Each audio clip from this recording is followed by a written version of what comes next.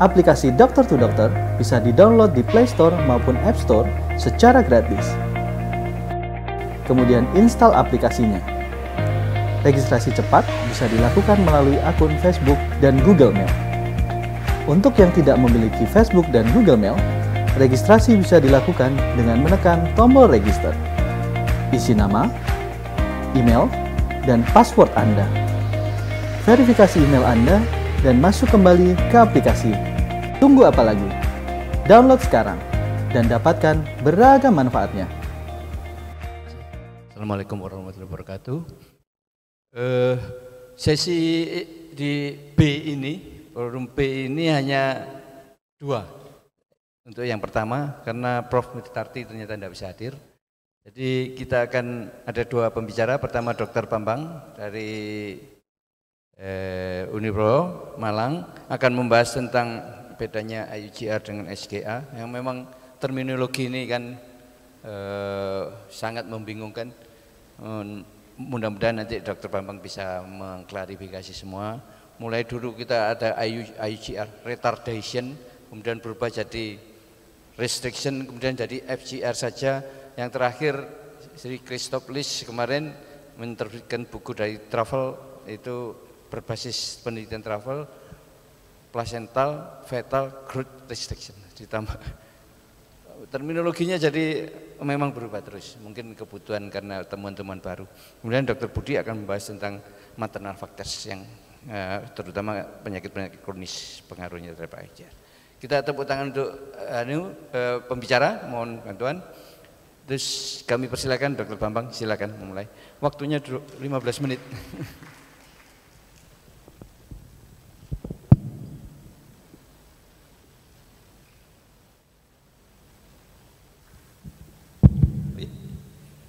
Assalamualaikum warahmatullahi wabarakatuh. Para senior sekalian,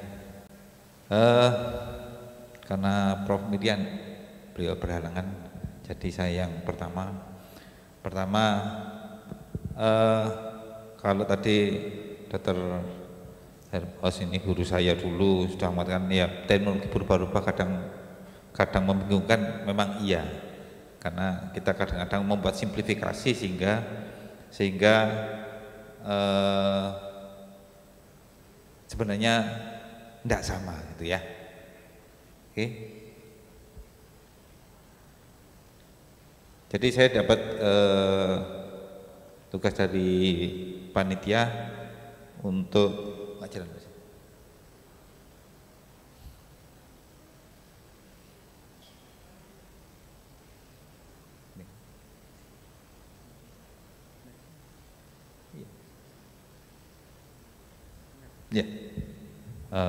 Ya masih ya. Jadi secara garis besar memang tidak, prinsipnya semua bayi kecil dan mesti IUCR, bayi besar belum tentu tidak IUCR. Prinsipnya kan gitu aja. Sehingga nanti kita kan bahas sebenarnya sampai di mana sih kenapa dan bagaimananya begitu ya. Jadi saya dapat tugas mengenai what differences of the IUCR versus small of gestational age.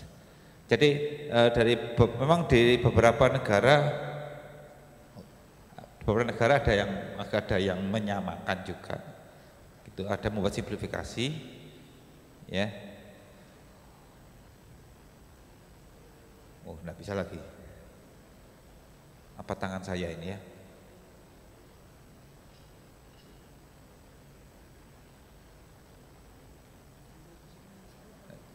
Ya dibantu aja ini.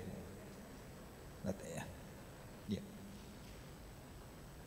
Jadi ini sebenarnya gambaran yang paling, kalau kita buat gambaran yang paling gampang itu, yang pertama ini kan ya juga kecil, ya kecil, tapi kulitnya seger. Kalau yang satunya kecil tapi maaf ya, yang sini ini kelihatan keriput. Kalau kita lihat postnatalnya gampangannya begitu ya. Ya, secara epidemiologi memang IGR maupun SGA itu banyak terjadi pada negara-negara yang sedang berkembang, terutama di Afrika sama negara kita, Asia kita termasuk, walaupun di Asia sendiri paling banyak di Bangladesh, India, Pakistan dan sebagainya, kita semakin termasuk. Yang terakhir mungkin di China, cuma China sekarang sudah termasuk negara yang angka pertumbuhan ekonominya paling bagus di dunia sehingga mereka bisa menurunkan. Nah, dua-duanya memang IGR sama SGA ini mempunyai angka morbiditas dan mortalitas juga yang semakin meningkat. Ya, yang ini yang jadi concern kita. Dari nanti tugasnya salah satu program dari presiden kita memberantas stunting, bahwa stunting bisa dimulai dari awal kehamilan. Slide.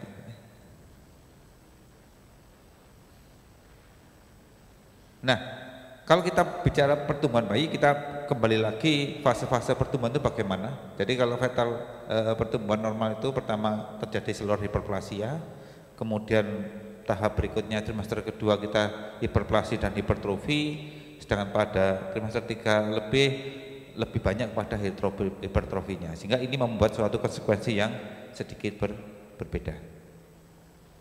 Slide. Nah, tahap 1 ini dimulai pada umur 4 minggu sampai 20 minggu kehamilan, banyak didominasi hiperplasi dari selnya, sehingga ini nanti kalau ujung-ujungnya begini terus menjadi satu simetrik IGR. Sedangkan pada stage 2 terjadi hiperplasi maupun hipertrofi, di mana terjadi sekitar umur 20 sampai 28 minggu, ya. Kemudian ini yang tadi bisa terjadi mixed IGR, dan khasnya sebenarnya kita yang banyak lihat itu adalah yang asimetrik IGR, di mana kebanyakan justru pada hipertrofinya yang terhambat, sehingga nanti dapat dilihat terjadi penurunan dari subkutan fat, kemudian tonus muskelnya dan sebagainya. Nah, paling penting adalah sebenarnya kita menentukan bayi ini sebenarnya kecil atau enggak. Nomor 1 adalah kita yang penting adalah penentuan dari umur kehamilan. Jadi tugas kita kalau nanti sebagai objin itu pada waktu first visit atau ANC pertama, tugas kita wajib menentukan kapan berapa usia kehamilannya, kapan perkiraan persalinannya. Kalau kita gagal menentukan itu, berarti kita gagal dalam melakukan ANC. Karena pentingnya itu. Ya, baru nanti kita bisa melihat dalam visit berikutnya pertumbuhan bayi ini sebenarnya bagaimana. Ya, kalau kita punya tidak semua orang hafal dengan menstruasinya, atau hafal pun ternyata menstruasi tidak teratur, kita adalah wajib menggunakan USG untuk first trimester ultrasound scan, mengukur CRL-nya untuk menentukan umur kehamilannya. Jadi tidak ada ceritanya seorang ibu datang ke kita sudah perutnya besar, tanya dokter umur kehamilan saya berapa, pasti jawab aja tidak tahu, taunya gedenya segini gitu ya. Slide. Nah, secara definisi dikatakan bahwa IGR itu merupakan intraorgan sistem, menggambarkan bahwa janin itu gagal mencapai potensial pertumbuhannya. Artinya potensi pertumbuhannya itu misalnya dalam 2 minggu dia harus nambahnya berapa gram, tapi dia gagal mencapai. Itu namanya IGR. Ya, kebanyakan memang overlap dengan keadaan small pore gestational age. Ya, sedangkan SGA itu lebih banyak pada bayi yang sudah lahir dan beratnya adalah di bawah 10 persentil dari populasi secara umum, atau beberapa guideline menyebutkan dia berdasarkan customized persentil, artinya persentil yang sudah disesuaikan, bisa dari paritas dan juga kemudian ras dan sebagainya, itu bisa mempengaruhi dari persentil keberapa dia terjadi. Walaupun hampir sekitar 18-22% sebenarnya ini adalah constitutional small, artinya seperti saya kecil, anak saya juga kecil, tidak ada anak saya, ya mungkin lebih tinggi dari saya tapi tidak akan tinggi sekali, ya artinya itu konstitusional, ya dia sehat aja tapi secara persentil dia lebih kecil. Nah, karena di sini sering bersinggungan sehingga beberapa klinisi memang menyamakan, artinya menggampangkan begitu saja. Padahal konsekuensinya sedikit berbeda. Sehingga nanti tidak semua bayi yang IGR itu kecil Atau berbaliknya, tidak semua bayi yang besar itu juga bukan IUGR. Nah, kalau kita lihat dari bayi yang sudah lahir, ya, kalau neonatus ini dibilang SGA kalau kurang dari 10 persentil, kemudian tidak didapatkan, bukan IUGR kalau tidak didapatkan gejala pertama dari malnutrisi, ya. Sedangkan beda lagi kalau kita bilang low birth weight hanya berdasarkan bahwa tidak berdasarkan gestasionalisnya. Kalau birth weight semua bayi lahir di bawah 2500 kita bilang low birth weight. Nah, sehingga harus dipahami tidak semua bayi yang small for gestational merupakan bayi IUGR, di mana 40% sebenarnya konstitusionalnya karena small tapi sehat. Nah, ini menurut beberapa guideline yang memberikan sedikit perbedaan. Kita lihat dari UK, SGA itu birth weight-nya kurang dari 10 persentil. Kalau di United States hampir sama. Sedangkan kalau New Zealand menyamakan antara estimated fetal weight maupun birth weight itu tetap dikatakan SGA. Sedangkan IUGR dari United Kingdom di sini dikatakan EFB-nya kurang dari 10 persentil atau abdominal circumferential dari USG kurang dari 10 persentil. Sedangkan di United States tidak memakai ukuran abdominal circumferential. Di New Zealand memakai abdominal circumferential kurang dari 5 persentil. Nah, ini menggambarkan sebenarnya kalau kita memahami secara garis besar bedanya IUGR sama small for gestational adalah begini.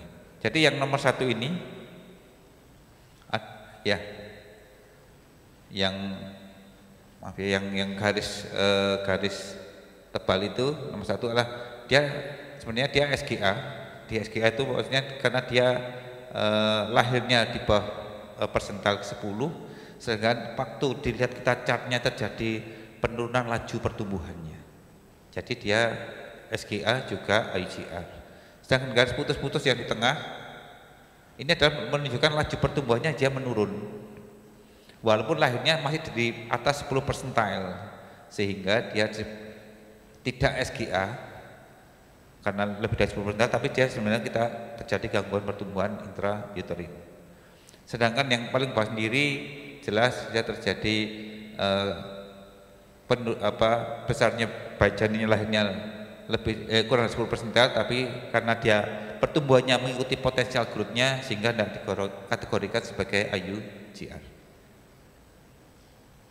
Nah, beberapa guideline memang menambahkan kita mengukur laju pertumbuhan dengan menggunakan pengukuran dari abdominal circumferential, di mana kalau pertumbuhannya kurang dari 5 mm dalam 14 hari dikatakan IUGR. Nah, ini komparasi secara garis besar antara small for gestational age dan growth restriction. Nah, kalau kita dilihat dari faktor resikonya juga ada sedikit perbedaan, di mana yang merah ini adalah faktor resiko mayor untuk terjadinya intrauterine growth restriction, sedangkan yang hitam lebih banyak untuk SGA. Ya, ini banyak itu. Nanti bisa dibaca lagi. Terutama kalau kita menjumpai pada awal trimester 2 didapatkan ecogenic bowel, fetal bowel, itu membuat resiko besar untuk terjadinya IUGR. Nah, kalau kita penyebab langsungnya, ya, jadi yang hitam itu ini IUGR adalah karena constitutional small mother, previous birth of SGA, penyakit metabolik. Nanti Dr. Budi akan membahas lebih lengkap lagi apa sih penyakit metabolik yang bisa menyebabkan terjadinya small for gestational age. Slide begini.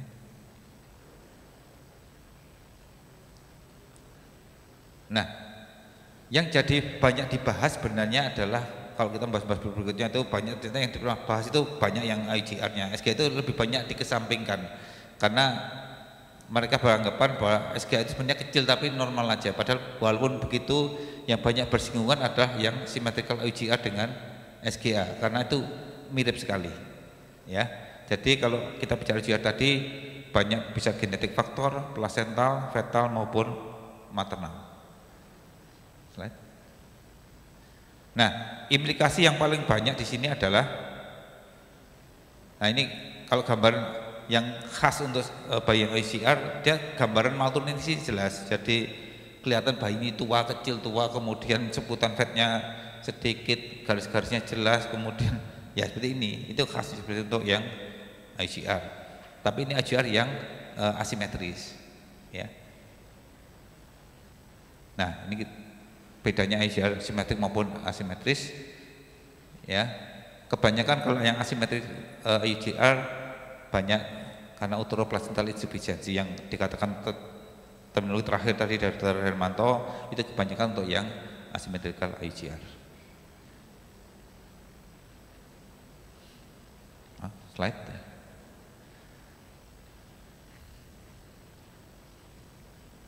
Ya, maaf ya. Nah, kalau kita sudah mendapatkan bayi yang dari awal itu kita curiga bayi itu jadi small cohort atau IGR, kita wajib melakukan investigasi untuk hal berikutnya, terutama untuk mengakses apakah ini benar-benar tadi IGR, ada gangguan pertumbuhan, kemudian kita harus menentukan kesejahteraan janinnya. Yang berikutnya, sebenarnya kapan sih harusnya bayi ini harus segera dilahirkan, ya.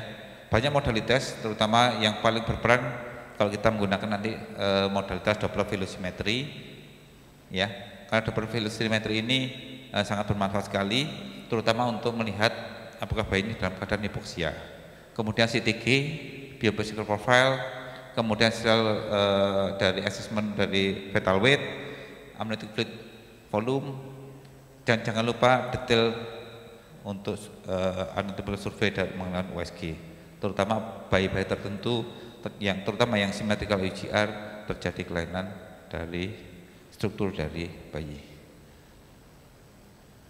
Nah, kapan dilahirkan? Bila tidak ada kecurigaan suatu bayi itu gangguan dari kesehatan janin, terutama dari velocity Dopplernya tidak ada reverse atau absen, biasanya bisa ditunggu sampai 37 minggu komplit, ya.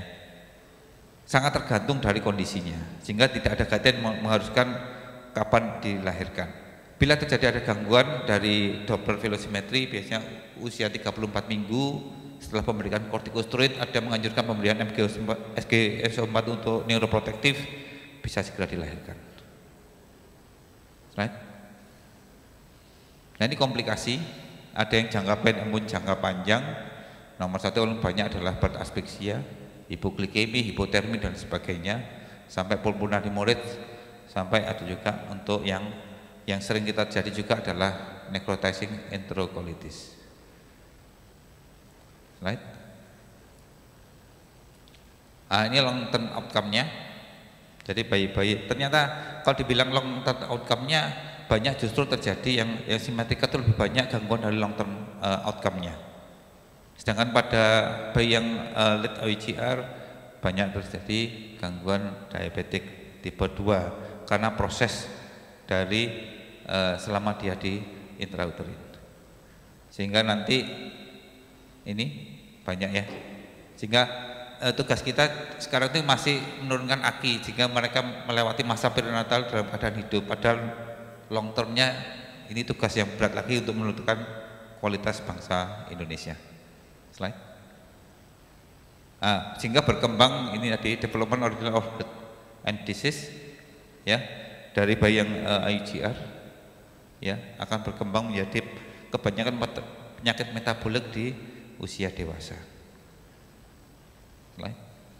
Nah, ini salah satu pada terjadinya gangguan terutama pada IGR, sehingga terjadi nanti yang paling banyak nih diabetic type 2 dan hipertensi, karena memang gangguan dari insulin maupun endotelnya. Nah, bagaimana dengan recurrent risk? Recurrent risk terutama untuk faktor maternal bisa dikurangi sebenarnya, sehingga bisa mengurangi faktor resiko terjadi. Kita identifikasi wajibnya kira-kira faktor maternal yang bisa kita kurangi. Contoh merokok, asupan gizi yang bagus. Sebenarnya itu bisa untuk mencegah terjadinya recurrent risk, sehingga bisa dicegah dari awal. Slide.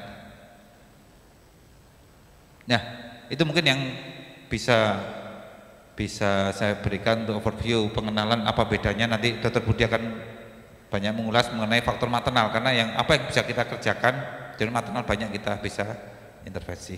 Sekian dari saya, terima kasih. Assalamualaikum warahmatullahi wabarakatuh.